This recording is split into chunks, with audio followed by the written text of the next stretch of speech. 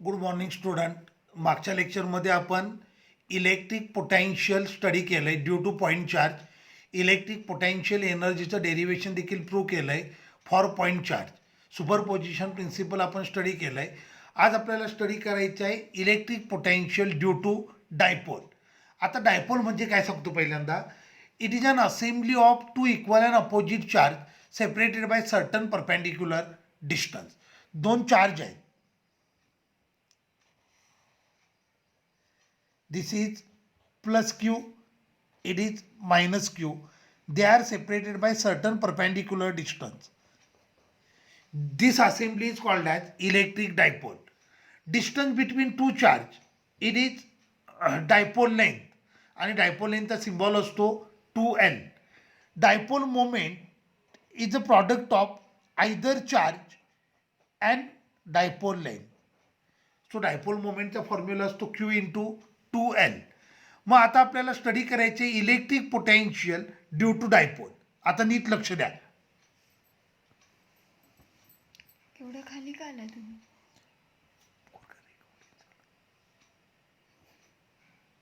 हा point A, हा point B. Point A ला मी चार्ज प्लेस केलाय प्लस क्यू, पॉइंट बी ला चार्ज प्लेस केलाय minus Q. O is centre of dipole. Dipole length 2l असते, म्हणजे हे डिस्टन्स झालं एल, हे डिस्टन्स झालं L. O is C is observation point.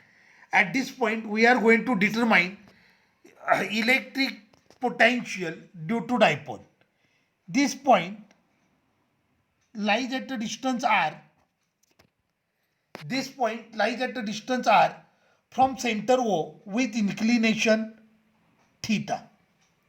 This point lies at a distance r1 from positive charge and at a distance r2 from negative charge. Okay. आता ए point पासून मी एक perpendicular draw केला. हा point P. Okay. आता तुम्ही from geometry of figure हे असणार L cos theta, तर हे असणार L sine theta. Right angle triangle घ्या. ट्रायंगल ए ओ पी हा ट्रायंगल आपण कन्सिडर केला, हे 90 डिग्री आहे. ट्रायंगल ए ओ पी ह्याच्यामध्ये तुम्ही जर कॉस थीटा घेतला तर कॉस थीटा येणार P O upon A O. बरोबर आहे. मग P O is equal to A O into cos theta, म्हणजे ते किती आलं एल कॉस थीटा. सिमिलरली आपल्याला ए पी काढायचं असेल तर in triangle A P O sine theta is equal to A P upon A O, त्याच्यावरनं हे किती आलं एल कॉस थीटा. आता सी ओ आहे त्याला मी एक्सटेंड करतो आणि एक परपेंडिक्युलर इथून पण ड्रॉ करतो फ्रॉम पॉईंट बी. हे डिस्टन्स असणार एल कॉस थीटा, हे असणार एल साइन थीटा. डायग्राम लक्षात आलं. आपल्याकडे इलेक्ट्रिक डायपोल आहे. Dipole has two charges plus Q and minus Q placed at point A and B. Dipole length is 2l. O is centre of dipole, so A O is equal to L आणि O B is equal to L. From point A point C is at a distance r1. O point is at a distance r आणि C point is at a distance r2 from point B. मी perpendicular draw केले तर परपेंडिक्युलरची length आली L sine theta आणि P O किंवा O Q हे आलं एल कॉस थीटा. आता सी पॉईंटला आपल्याला पोटेन्शियल फाइंड करायचं आहे. सी पॉईंटला पोटेन्शियल असणार आहे it is due to two charges plus Q as well as minus Q. So potential at point A due to positive charge 1 upon 4 pi epsilon 0 q upon r1. Potential at point C due to negative charge minus 1 upon 4 pi epsilon 0 q upon r2. Therefore net potential at point C V is equal to V1 plus V2. So V is equal to 1 upon 4 pi epsilon 0 Q upon R1 minus 1/4πε0 Q upon R2. Therefore, V is equal to Q upon 4πε0 into bracket 1 upon R1 minus 1 upon R2. Equation number 1. Okay. Diagram बघा.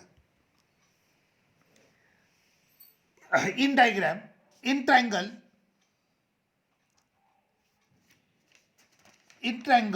APC, in triangle APC,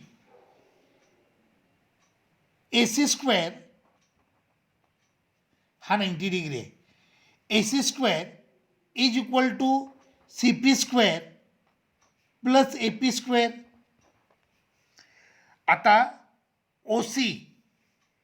OCR आहे आणि PO L cos theta आहे. म्हणजे CP किती आलं? R minus L cos theta. So AC आहे R1.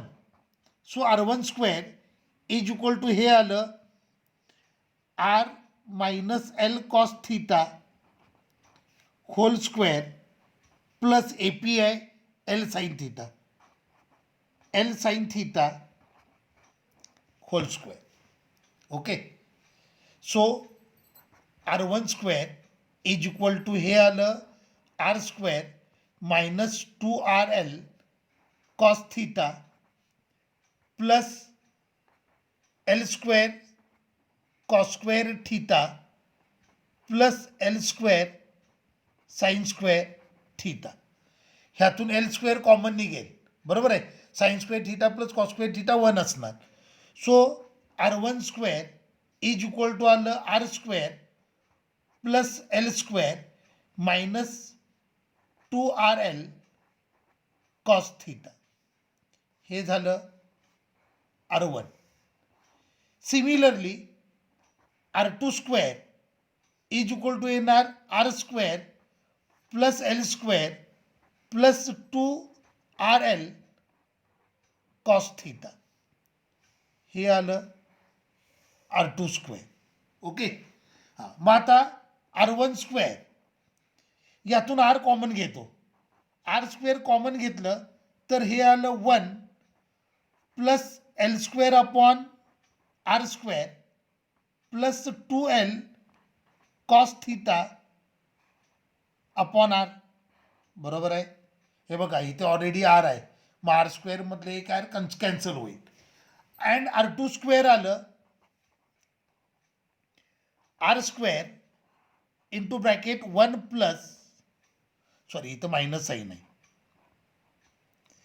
1 plus L square upon R square plus 2L cos theta upon R.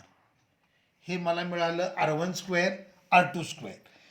Since dipole is short, याचा अर्थ 2L is less than R. So L square upon R square approximately equal to काय असणार? 0 असणार. तुमच्या लक्षात आलं का? L is very small आणि R इज कम्पॅरेटिव्हली लार्ज. मग स्मॉल नंबर न्यूमरेटरमध्ये आणि लार्ज नंबर डिनॉमिनेटरमध्ये मग ही डिव्हिजन केली तर ती 0.000 असं काहीतरी येणार. म्हणजे ॲप्रॉक्सिमेटली इक्वल टू 0 असणार. मग त्याच्यावरनं मला मिळालं R1 square is equal to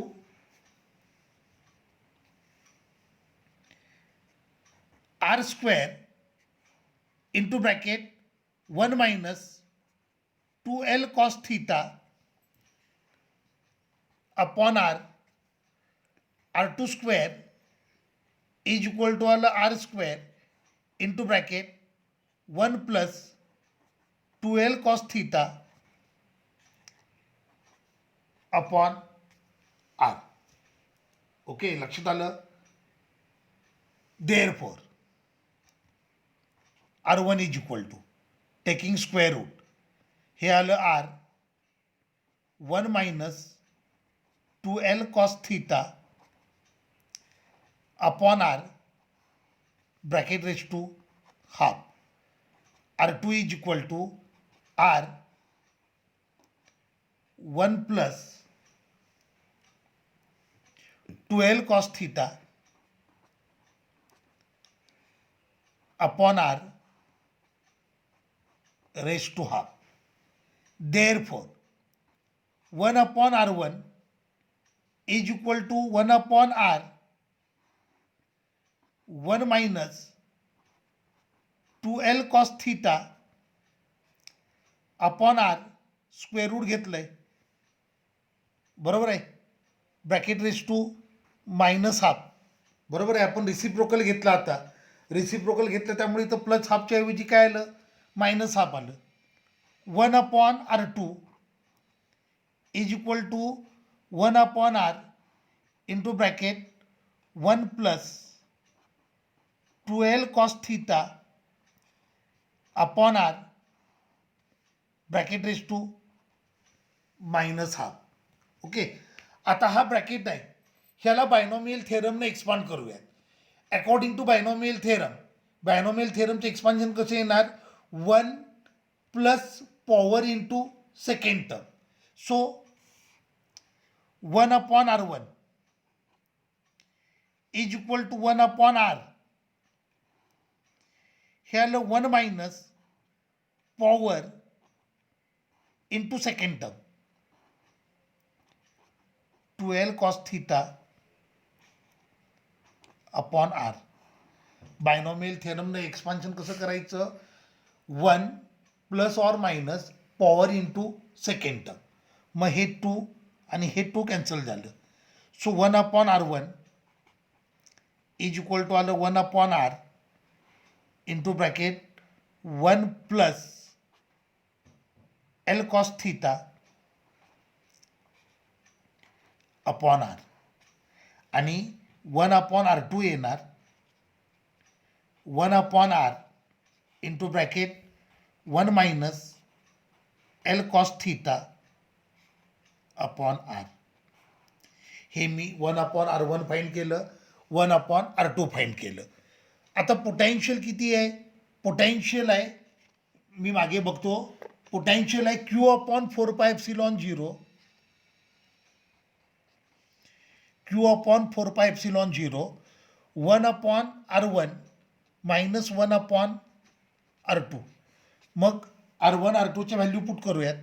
मग हे आलं Q upon 4 pi epsilon 0, 1 upon R1, हे आलं 1 upon R into bracket 1 plus L cos theta upon R minus 1 upon R into bracket 1 minus L cos theta upon R. Okay, so हे आलं Q upon 4 pi epsilon 0, 1 upon R 1 plus L cos theta upon R minus 1 plus L cos theta upon R. हे plus 1 minus 1 cancel झालं. So हे आलं Q upon 4 pi epsilon 0, 1 upon R, आणि हे आलं 2L cos theta upon R, बरोबर आहे. मग ह्यालाच मी लिहितो 1 upon 4 pi epsilon 0 Q into 2L cos theta upon R square. आता Q इंटू 2L म्हणजे डायपोल मोमेंट, बरोबर आहे ना. Q into 2L, this is nothing but dipole moment, product of either charge into dipole length, याला आपण dipole moment म्हणतो. मग हे आलं V is equal to 1 upon 4 pi epsilon 0 P cos theta upon R square. This is potential due to electric dipole at any arbitrary point C. So पोटॅन्शियलच्या फॉर्म्युलाला V is equal to 1/4πε0 P cos theta upon R square. P म्हणजे dipole moment आणि dipole moment म्हणजे Q into 2L. Theta inclination of observation point with respect to centre of dipole. R distance of observation point from centre of dipole. आता बघा, for axial line, axial line असेल तर theta 0 झाला, मग V axial is equal to आलं 1/4πε0 P upon R square.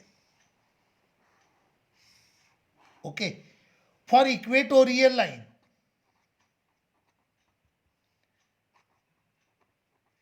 Equatorial line असेल तर theta किती असेल 90 degree. Therefore V equator is equal to आलं कॉस 90 0, म्हणजे पूर्ण टर्मच 0 झाली. सो व्ही इक्वेटर किती आलं 0. क्लिअर झालं. हे एक इम्पॉर्टंट डेरिवेशन आहे बोर्डसाठी. आपल्याला जेई किंवा नीटला फक्त फॉर्म्युला लागणार आहे. So potential due to electric dipole at any arbitrary point, formula असतो V is equal to 1/4πε0 P cos theta upon R square. Axial line असेल तर पोटॅन्शियल असतं 1/4πε0 पी अपॉन आर स्क्वेअर. तर इक्वेटोरियल लाईन असेल तिथे theta 90 degree होतो, cos 90 0 असतं, त्यामुळे इक्वेटोरियल लाईन असेल तर थिटा किती झाला 0 झाला. क्लिअर झालं. सो हे आपण एक इम्पॉर्टंट डेरिवेशन स्टडी केलं, electric potential due to dipole. लक्षात आलं. डेरिवेशन अगदी सोपं आहे. पहिल्यांदा आपण काय केलं, सी पॉईंटला पॉझिटिव्ह चार्जचं पोटॅन्शियल फाईंड केलं, निगेटिव्ह चार्जचं पोटॅन्शियल फाईंड केलं. टोटल पोटॅन्शियल म्हणजे त्या दोन पोटॅन्शियलची सम असणार. मग आपण तो ट्रायंगल कन्सिडर केला. त्या ट्रायंगलमध्ये पहिल्यांदा R1 आणि R2 फाईंड केलं, त्याच्यावरनं 1/R1 1/R2 फाईंड केलं, बायनॉमियल थेरम यूज केला आणि सिम्प्लिफाय केलं. लक्षात आलं. हे इम्पॉर्टंट डेरिवेशन आहे. तुम्ही इथे व्यवस्थित स्टडी करा. ह्याच्या नोट्स देखील मी सेंड करतो आहे. त्यात काही डाऊट असेल तर मग मला फोन करा. ओके. मग आता पुढचा पॉईंट स्टडी करूयात, potential energy due to system of 2 point charges.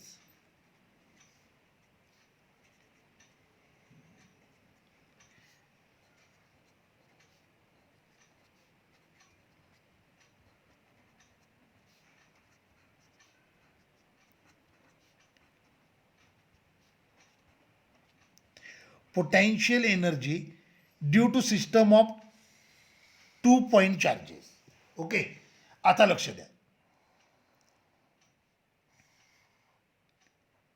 हा X axis, Y axis, Z axis. आपल्याकडे दोन चार्ज आहेत. पहिला चार्ज आहे तो Q1 आहे, प्लेस ॲट पॉईंट ए. दुसरा चार्ज आहे Q2, place at point B. With respect to R1 हे distance, with respect to origin हे डिस्टन्स आहे R1 आणि हे डिस्टन्स आहे R2 आणि हे डिस्टन्स आहे R12. ओके. आपल्याकडे दोन चार्ज आहेत Q1 आणि Q2. Initially both charges are at infinity. त्यांना आपण इन्फिनिटीपासून ब्रिंग केलं आहे at point A and at point B. Point A is lies at a distance R1 from origin, point B lies at a distance R2 from origin आणि दोन चार्जमधलं distance आहे R12. Okay. तर आता नीट लक्ष द्या. Initially both charges are at infinity. Okay. When we bring charge Q1 from infinity to point A, at point A there is no electric field, therefore work done in bringing charge Q1 from infinity to point A must be equal to 0. मी काय म्हणतोय बघा, initially Q1 आणि Q2 दोन्ही charge आहेत ते इन्फिनिटीला आहे. Okay. Initially दोन्ही चार्ज इन्फिनिटीला आहेत. ए पॉईंटला कुठलाही चार्ज नाही आहे, बी पॉईंटला कुठलाही चार्ज नाही आहे, दोन्ही चार्ज इन्फिनिटीला आहेत. त्यामुळं ऑब्व्हियसली ए पॉईंट आणि बी पॉईंट दोन्हीकडे इलेक्ट्रिक फील्ड किती असणार 0 असणार, इलेक्ट्रिक पोटेन्शियल देखील 0 असणार. आता पॉईंट एला मला इन्फिनिटीपासून ए पॉईंटला ब्रिंग करायचं आहे आता ए पॉईंटला इलेक्ट्रिक फील्ड नाही आहे, so obviously work done in moving a charge Q1 from infinity to point A must be equal to 0. बरोबर आहे. आता ज्या वेळेला Q1 ए पॉईंटला येईल त्यावेळेला त्याचं पोटेन्शियल काहीतरी प्रोड्यूस होणार आहे आणि हे पोटेन्शियल बी पॉईंटला पण असणार. So potential of charge Q1 at point A it is 1 upon 4 pi epsilon 0 Q1 upon R12. Potential of charge Q1 at point B, it is 1 upon 4 pi epsilon 0 Q1 upon दोन charge मधलं distance किती आहे R12. आता बी point आता sorry charge Q2 जो initially इन्फिनिटीला आहे त्याला आता बी पॉईंटला आपल्याला आणायचं आहे, पण आता बी पॉईंटला काहीतरी पोटेन्शियल आहे, so we have to perform some work. मी काय म्हटलं लक्षात आलं का? मी पुन्हा एकदा क्लिअर करतो. इनिशियली Q1 आणि Q2 दोघंही इन्फिनिटीला आहेत, त्यामुळे ए पॉईंटला आणि बी पॉईंटला पोटेन्शियल नाही आहे. त्यामुळे ज्या वेळेला तुम्ही Q1ला इन्फिनिटीपासून ए पॉईंटपर्यंत ब्रिंग केलं इलेक्ट्रिक पोटेन्शियल 0 असणार आहे, त्यामुळे वर्कडन पण 0 झालं. आता ज्या वेळेला Q1 ए पॉईंटला येईल त्यावेळेला ऑब्व्हियसली त्याचं काहीतरी पोटेन्शियल बी पॉईंटला असणार आहे. मग आता चार्ज Q2ला आपण ब्रिंग केलं from infinity to point B, we have to perform work against potential of charge Q1. Therefore work done W2 is equal to potential of charge Q1 at point B into charge Q2. Therefore work done is equal to 1 upon 4 pi epsilon 0 Q1 upon R12 into charge Q2. Therefore W work done is equal to 1 upon 4 pi epsilon 0 Q1 Q2 upon R12. Work is stored in a form of potential energy. Therefore potential energy due to system of two charges आलं 1 upon 4 pi epsilon 0 Q1 Q2 upon R12. This is potential energy due to system of two charges. Clear झालं? हे लक्षात आलं का derivation? पहिल्यांदा दोन्ही charge इन्फिनिटीला आहेत, दोन्ही चार्ज इन्फिनिटीला असतील त्यातला एक चार्ज तुम्ही ब्रिंग केला ॲट पॉईंट ए तर वर्क परफॉर्म करायची गरज नाही आहे, कारण ए पॉईंटला कुठलंही इलेक्ट्रिक पोटेन्शियल नाही आहे, बी पॉईंटला देखील इलेक्ट्रिक पोटेन्शियल नाही आहे, दोन्ही चार्ज इन्फिनिटीला आहेत म्हणून. त्यामुळं Q1ला तुम्ही पॉईंट एला ब्रिंग करताना वर्क परफॉर्म करायची गरज नाही आहे. पण एकदा का Q1 हा ए पॉईंटला आला की त्याचं पोटेन्शियल बी पॉईंटला पण असणार आहे, त्यामुळे Q2ला ज्या वेळेला मूव्ह कराल त्यावेळेला तुम्हाला वर्क परफॉर्म करावं लागेल. बरोबर आहे.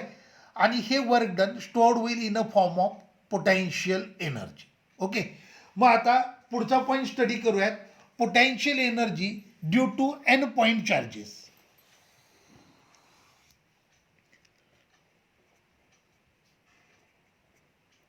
Potential energy due to N point charges.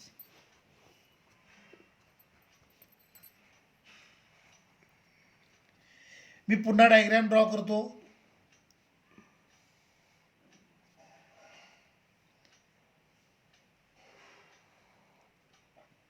हा पॉइंट ए इथे चार्ज प्लेस केलाय Q1, हा पॉइंट बी इथे चार्ज प्लेस केलाय Q2, हा पॉइंट सी इथे चार्ज प्लेस केलाय Q3. हे डिस्टन्स R1, हे डिस्टन्स R2, हे डिस्टन्स R3, हे डिस्टन्स R12, हे डिस्टन्स R23. बरोबर आहे. आता initially charge A and charge B they are at infinity, तिथून त्यांना आपण ब्रिंग केलं at point A and B. तर वर्कडन किती असणार आहे ते आत्ताच आपण फाइंड केलं. ते वर्कडन किती असतं किंवा पोटेन्शियल एनर्जी किती असते 1/4 पाय epsilon 0 Q1 Q2 upon R12. बरोबर आहे. मग आता थर्ड चार्ज आहे तो इन्फिनिटीला आहे. Q3 is at infinite distance from given charge. त्याला आता आपल्याला सी पॉईंटला ब्रिंग करायचं आहे. मग त्या केसमध्ये वर्डन असणार आहे potential due to charge Q1 and Q2 at point C into Q3. बरोबर आहे. मग potential of charge Q1 1/4πε0 Q1 Q3 upon R13. बरोबर आहे का. आपल्याला Q1 आणि Q2 मधलं डिस्टन्स घेत आहे. Q1 आणि Q2 मध्ये डिस्टन्स किती असणार R13 असणार. बरोबर आहे. प्लस 1 इथे फक्त Q1 येणार 1/4πε0 Q2चं potential Q2 upon R23 into हे Q3. लक्षात आलं का. सी पॉईंटला पोटेन्शियल कोणाचं असणार आहे चार्ज Q1चं असणार आहे चार्ज Q2चं असणार आहे. मग Q1चं पोटेन्शियल ॲट पॉईंट सी किती असणार 1/4πε0 Q1 अपॉन R13 आणि चार्ज Q2चं पोटेन्शियल किती असणार 1/4πε0 Q2 upon R23 into charge Q3. Therefore W is equal to 1/4πε0 Q1 Q3 upon R13 plus 1/4πε0 Q2 Q3 upon R23. Similarly आपल्याला suppose करा charge Q4 त्याला bring करायचं आहे at point D. Okay. Charge Q4 आहे त्याला bring करायचे at point D.